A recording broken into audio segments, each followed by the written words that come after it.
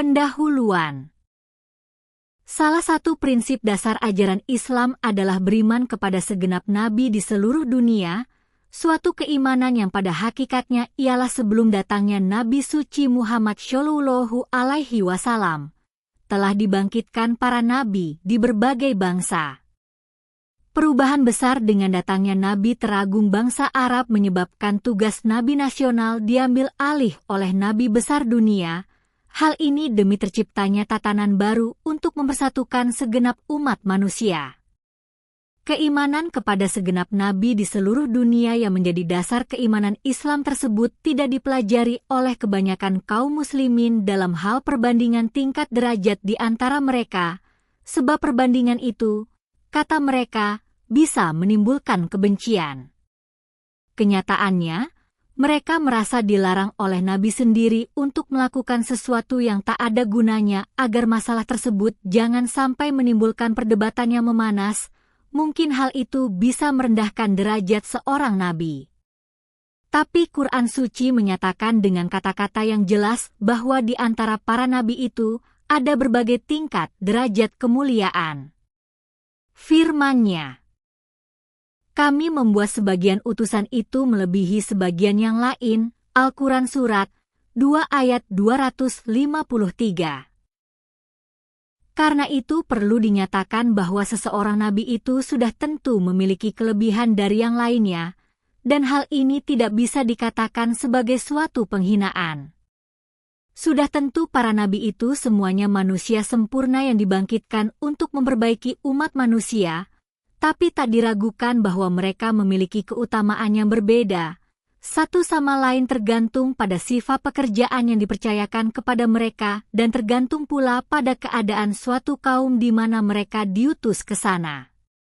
Dalam hal inilah, kami mengangkat permasalahan yang sering dikemukakan oleh kaum Kristen yang suka membanding-bandingkan antara kebesaran Nabi Muhammad dengan Kristus. Ini merupakan kewajiban yang penting untuk dikemukakan, meskipun terasa berat, karena banyak kesimpulan dari kitab suci Islam yang kerap disalahgambarkan dan disalahmengertikan oleh mereka. Kesalahan para penulis Kristen pada umumnya sudah diakui bahwa mereka selalu menekankan kata-kata kepercayaan, bukan menekankan sesuatu untuk diamalkan dengan arti yang hakiki. Mereka selalu menonjolkan bentuk lahiriahnya saja dan bukan hakikatnya. Bagi mereka, yang dibesar-besarkan hanyalah puji-pujian yang semakin menggunung pada diri seseorang, dan paling banter hanya cerita yang serba ajaib dan yang aneh-aneh saja dan bukan kewajiban yang harus diamalkan olehnya.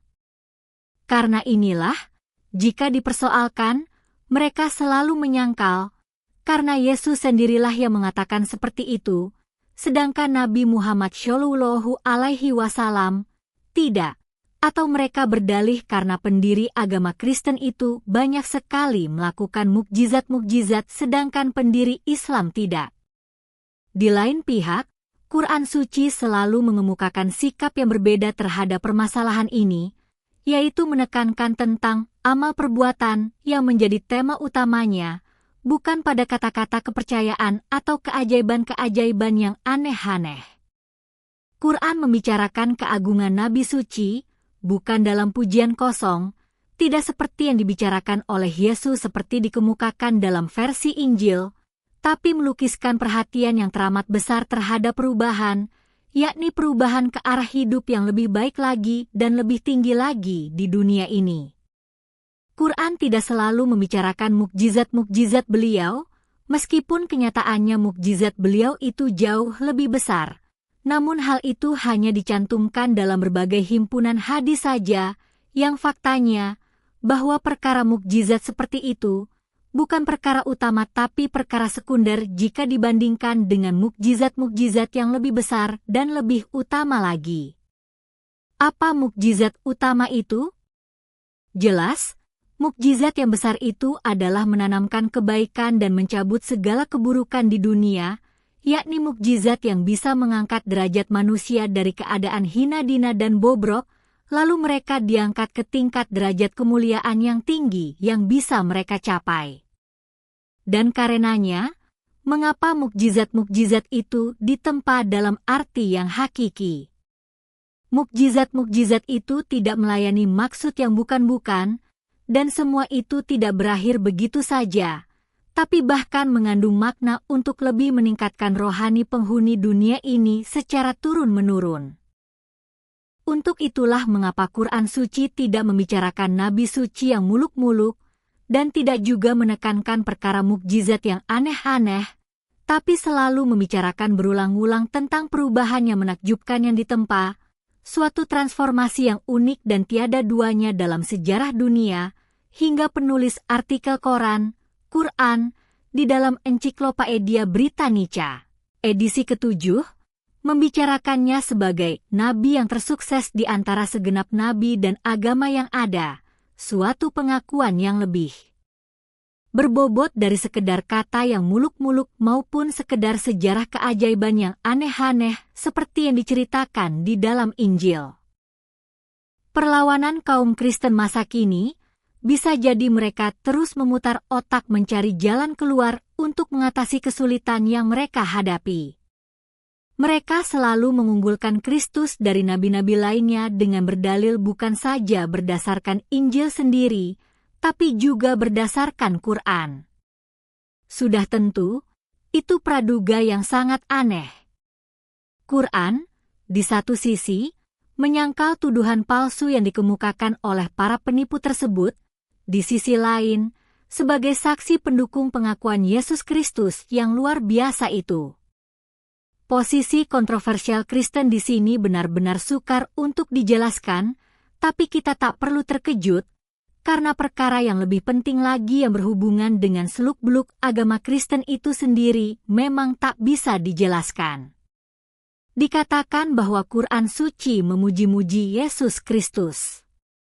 Memang, namun bersamaan itu pula Quran menjelaskannya bahwa beliau itu hanya salah seorang di antara sejumlah besar nabi Bani Israel yang mengikuti Musa. Quran mengatakan bahwa beliau hanya seorang rasul yang risalahnya terbatas bagi satu bangsa saja. Dan seorang utusan bagi kaum Bani Israel, Al-Quran Surat 3 ayat 48. Penjelasan itu cukup membuktikan bahwa Quran suci tidak secara penuh menempatkan beliau, Nabi Isa, dalam posisi yang terunggul dari nabi-nabi lainnya, dengan kata lain bahwa beliau bukanlah nabi bertaraf dunia yang risalahnya jelas dinyatakan untuk segenap bangsa. Tapi apakah kaum Kristen tidak bisa melihat mengapa Quran suci menghargai nabi bangsa lain? Sebenarnya, dalam hal ini, kaum Kristen tak bisa membedakan antara Injil dan Quran suci. Risalah Nabi Isa hanyalah untuk kalangan Bani Israel saja dan karena itu beliau tidak melakukan apa-apa seperti nabi-nabi yang lain. Risalah Nabi Muhammad Shallallahu Alaihi Wasallam jelas sekali untuk segenap bangsa di seluruh dunia dan oleh karenanya Quran suci membicarakan segenap nabi-nabi di dunia.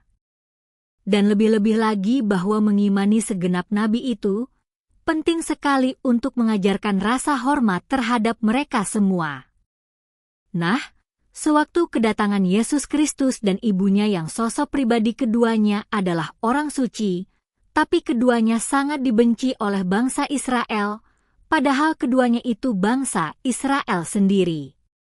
Maryam dituduh secara keji sebagai seorang pelacur, dan putranya dicaci karena dituduh sebagai anak haram hasil dari perzinahan dan juga dianggap sebagai seorang pendusta. Justru Quran sucilah yang memusnahkan tuduhan keji semacam itu dan menekankan prinsip utama bahwa para nabi itu adalah orang-orang suci. Mereka yang amat memuji-muji secara berlebihan terhadap Nabi Isa dan ibunya, dengan mengambil narasumber dari Quran suci, harus ingat bahwa tuduhan jahat bangsa Yahudi terhadap kedua orang suci itu harus juga menyebutkan kebajikan dan kemuliaan mereka. Karena pada kenyataannya nabi-nabi yang lain tidak dicela dengan sebutan sekeji itu tanpa perlu menyebut-nyebut kebaikan mereka. Karenanya, jika seorang Kristen tidak konsisten dengan menganggap Yesus Kristus itu lebih unggul dari nabi suci berdasarkan kitab yang mereka tuduh sebagai karya seorang pendusta, Ini pun masih tetap aneh, karena pernyataan yang tak ada dasarnya itu seringkali menggambarkan perihal Yesus itu tidak hanya bertentangan dengan Quran suci, tetapi bahkan bertentangan pula dengan Injil itu sendiri sebagai kitab suci agama Kristen, menuduh palsu dan kesimpulannya diambil dari kata-kata Quran suci, yang tidak hanya asing bagi pandangannya, namun juga dipungkiri oleh Injil. Dalam meliputi masalah ini, karenanya, saya akan menunjukkan kepada keduanya, yakni pada Quran dan Bible, khususnya Injil. Tetapi mengenai keabsahan terhadap perkara yang akan dikemukakan dari dua sumber ini, di sana ada dunia dan situasi yang berbeda karena Injil itu ditulis dan disalin berulang-ulang dan ini menjadi penting demi menerima pernyataannya dengan penuh kehati-hatian.